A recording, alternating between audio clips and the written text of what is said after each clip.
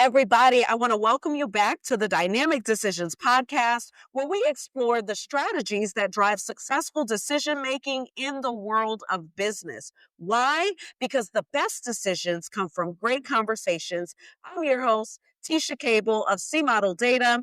Today, we have a remarkable guest who is a leader in the tech startup ecosystem, Daniel. Daniel is the founder and CEO of DevSavant. Daniel is not only connecting US-based tech B2B AI startups with top-tier talent from Latin America, but he's also actively involved in venture capital and supporting high-growth companies. Daniel, welcome to the show. Tell us so much more about you. Tell us about DevSavant and what you're up to. Teasha, thank you very much for having me today. It's a pleasure to be in this space and happy to share about me and my experience. I was a lawyer. Then I landed in the tech industry. Our first job was to build a data warehouse for an AI tech company for the States. It was a big challenge. We had a great team at the moment. It was a team of 7 to 10 people at the moment. This was 2018, July. And then we grew until right now we are 150 people in Latam, providing tech services, outsourcing services for tech industry in the United States.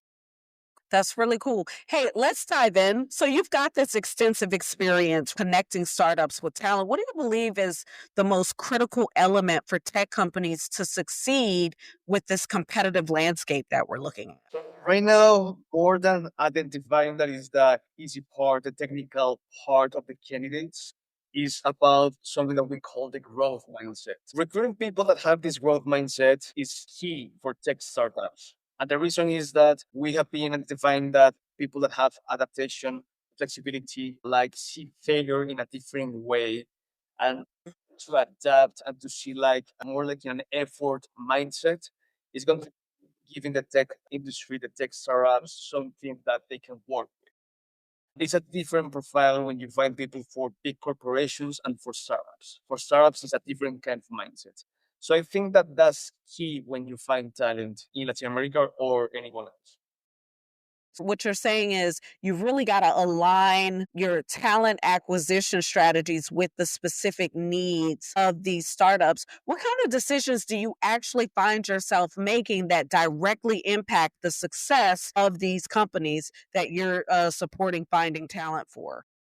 Yeah, so something that is key for us is understanding the product and the business. It's not only like finding the talent or building the team for professional services. If we don't understand what is the company selling, what is the product, what is the technology, as managers of DevSavant, we are not succeeding on this. We have successful partnerships that have lasted, for example, the one that I just mentioned for 7 years. There were other ones for 4 years, building big teams, also providing custom solutions, project based. And the only reason that we can have success is understanding and being part also of their teams.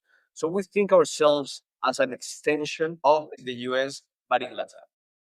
So what I heard is one, we have to understand the product, we've got to understand the business, we've got to understand the needs of the business. What happens when you don't have all the information? What are some of the frameworks that you use for making high stakes decisions when it comes to sourcing and managing talent for these clients? So something really important is the information you have in the websites, LinkedIn, all the information you can grab and scrap from the media, from internet is really important to build our case. So of course we have some blockers sometimes when we don't have enough information from the client, the first conversations. But at the end, if you're a tech company, you have to have enough information in internet. So information to build a case. Can you go a little bit more in depth around what it takes to actually build a case? Like, what are some of the ways that you do that? But first of all, we have to understand, as I mentioned, what is the business that they're trying to build?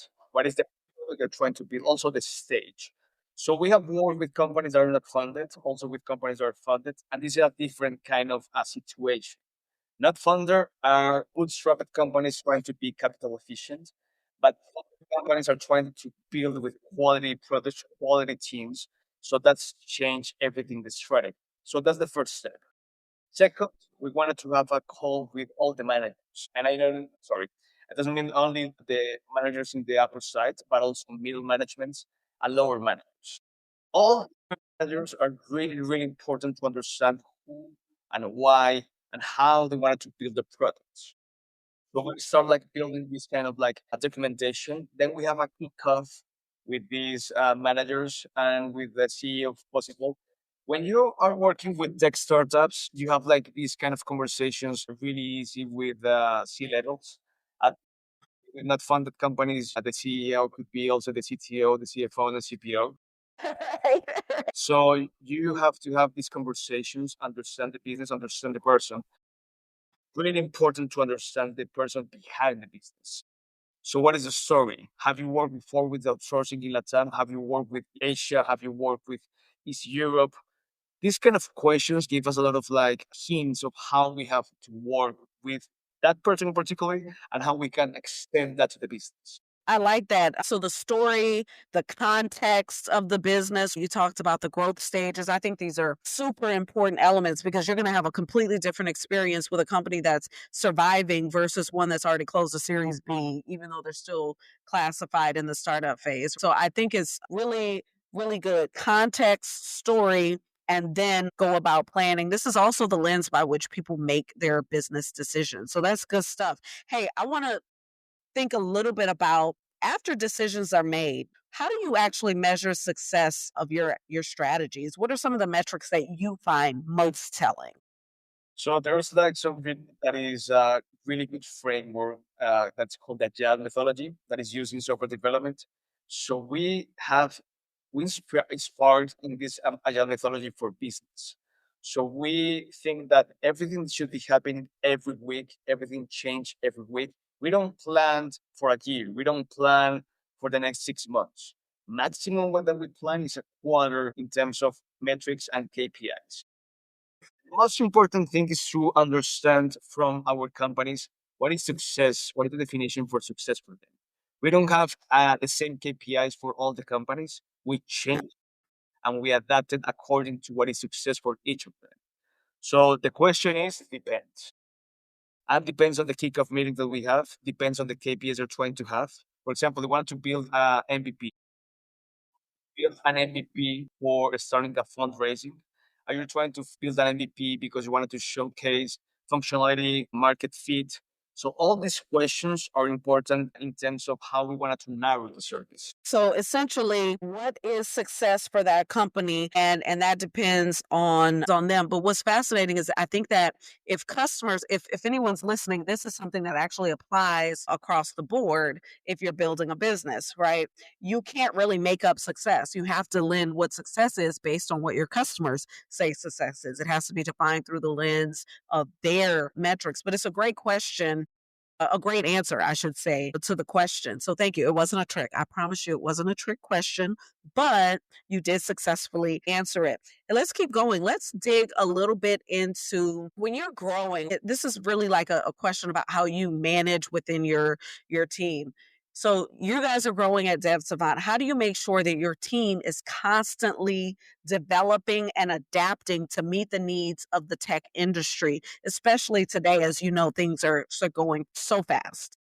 So I think that as we mentioned with companies, context is really important and the current situation about everything that is happening involving not only tech, but economy, politics, of course, today, nowadays, is really important to be aware of it. Yes, absolutely. Everything around the tech industry, we have to be aware day by day. So we have constant communication and constant meetings with our team managers in terms of what is happening with new technologies, what is happening with everything that is right now evolving so fast, that is the AI. We have new launches. Every week we have new innovations.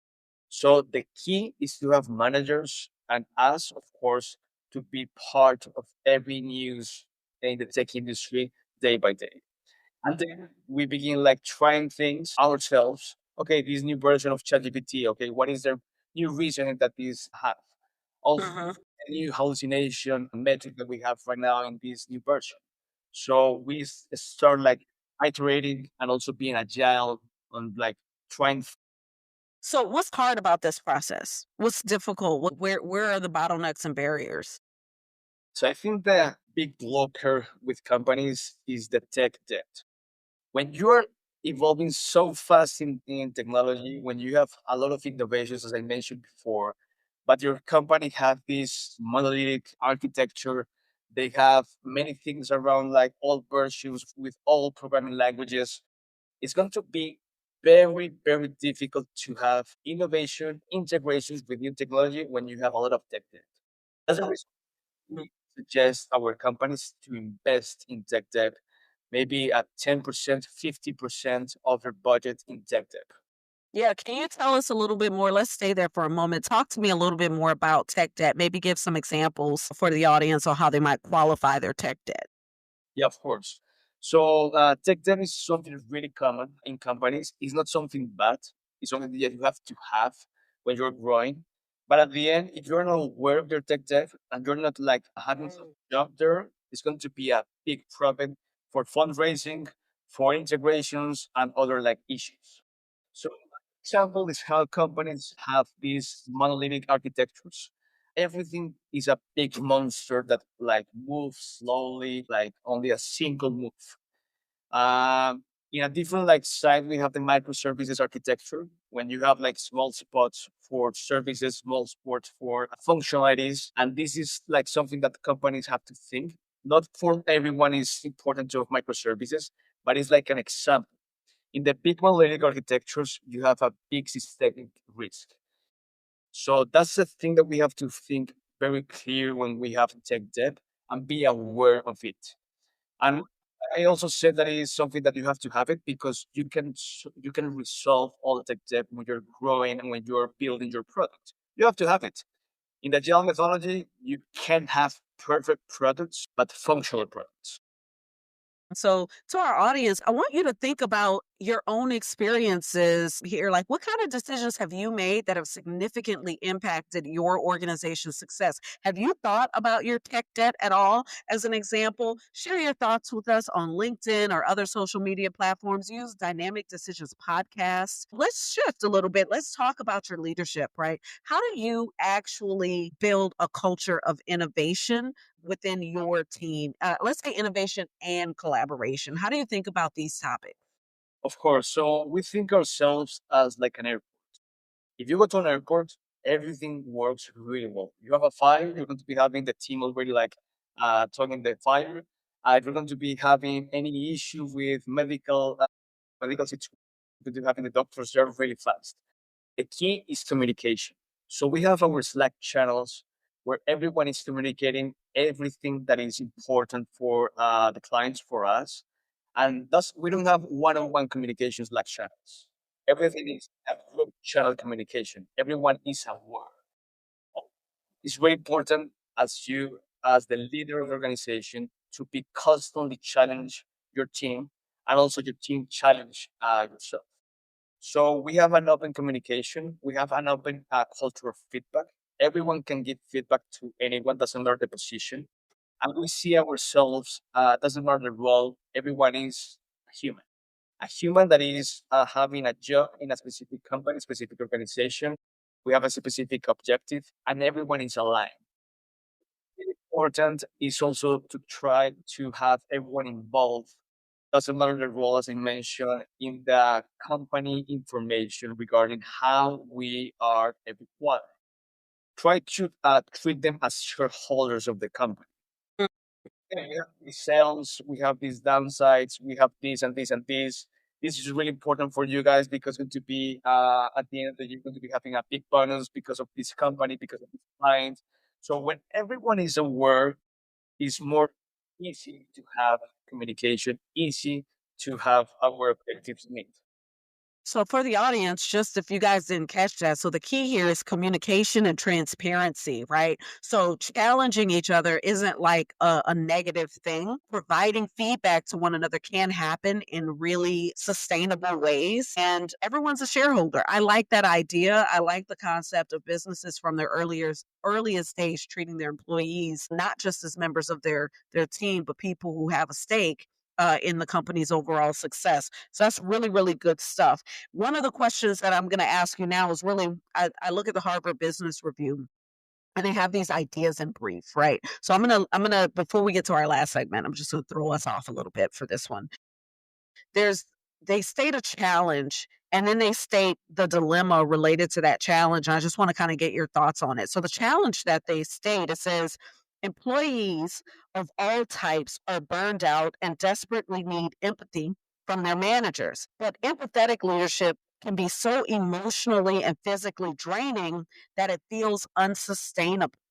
The dilemma there is that many managers believe they have to make a choice, be empathetic or sacrifice their well-being for the good of others, or back away to preserve their own emotional health. Tell me more. Tell me if you agree, disagree. What are your thoughts on that topic?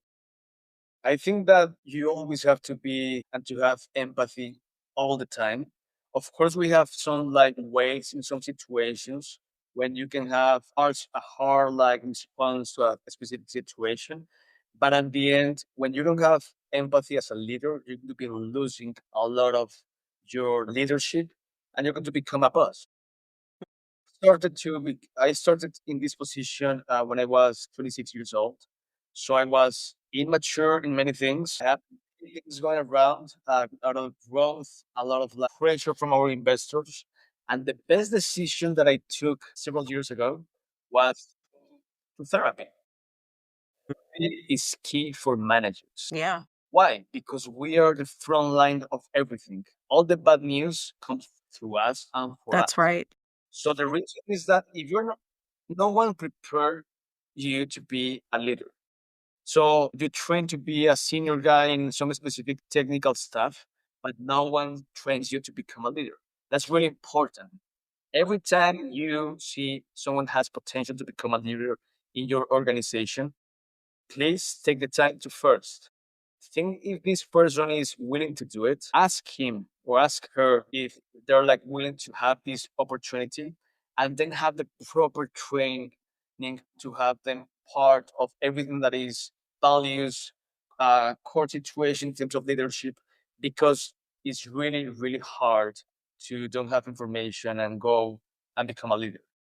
So my answer there is that of course you have constant dilemmas. You have to maintain your empathy always in all situations, but you have to be trained in your emotions to be a good leader.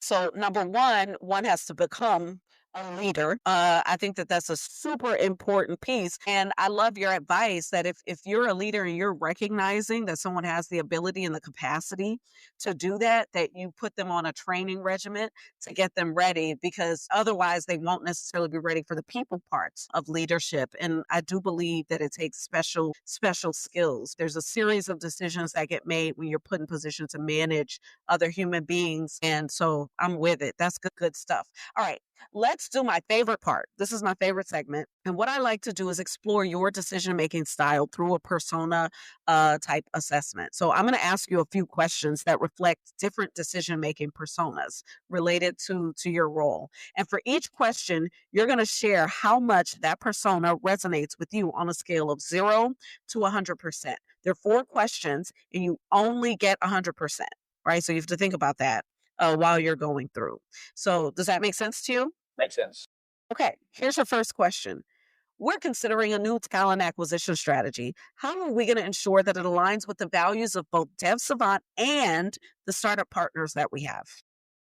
That. You only get 100%. Okay, well, you can start and say 100%. That's called a feeler persona. By the way, I'm going to give you 100%, and then we'll see what happens with the other questions, how much you want to change this one. All right, so that's called a feeler. Usually highly instinctive, lots of expertise usually goes into being able to make feeler type decisions. My hope for you is a little bit more of a balanced approach, but let's keep going. Let's see where we end up. Here's the next one. We're reflecting on last year's talent acquisition initiatives. What specific trends or insights have we uncovered that significantly influence our next strategies? Okay, okay. So I think that you have to take into consideration last year's trends, but at the end, as everything is evolving so fast, I have to say that it is like 50%. 50. So you want to go ahead and drop your feeler down. You only get 100 total across all 4 questions. So I'm going to drop your feeler down to 50%. So you currently have 0%, but let's get to the next questions. We might have some more adjustments to make. Okay. That's the planner persona. Okay, here's your next one. In evaluating our previous talent acquisition changes, what key lessons have we learned that have fundamentally changed our decision making process? 100%. You can't have 100%. Right now, you're at 0%. So No, you want to take, okay, so you want to give this one, so you got to take the other two down a little bit if that's 100%. you're right. I was thinking that, yeah, of course, we are thinking about trends across the industry. So we take consideration trends, but internally, we change everything to the growth mindset strategy. And everything was new right now this year about talent acquisition. Okay. You know what I'm going to do for you? I'm going to take your feeler down to 25%. I'm going to take your planner down to 25%. And then we'll give you 25% on the counter, which is where you just had. And let's see where your last one goes. Maybe it's 25%.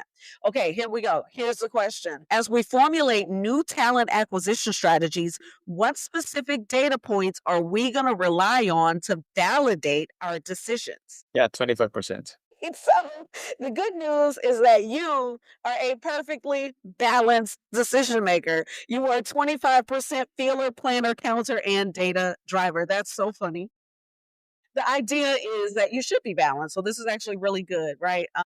I'm glad that you identified with each one of the areas as 100% because you did. You were like 100%.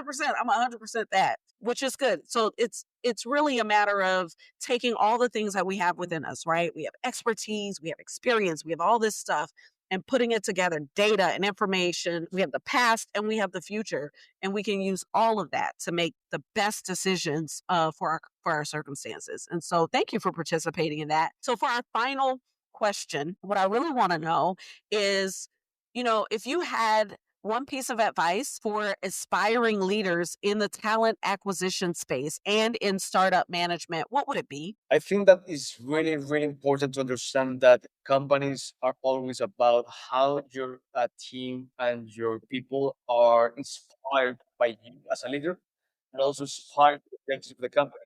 So values and the way that you explain how collaboration, how empathy, how you want to be part of their lives is really, really important. I can summarize the advice is that you have to care about people to have a successful business. I love it, and I agree with you 100%. I agree with you. You must care about people to have a successful business. This is great. So thank you so much for your insight, Daniel. It's been a pleasure having you on the show. So this bridging the gap between talent and technology is really inspirational. Would you share with our leaders where they can learn more about you and more about DevSavant? Yeah, of course. In LinkedIn, Daniel PPRR. And also, we can find any information about Dipsavant in dipsavant.com. Fantastic. And to our listeners, thank you for tuning in. Remember, the best decisions come from great conversations. If you enjoyed this episode, please subscribe, rate, and share it with your network. Let's keep the conversation going on social media using Dynamic Decisions Podcast as a hashtag. Although they told me we don't say hashtag anymore. And until next time, keep questioning, keep growing, and keep leading with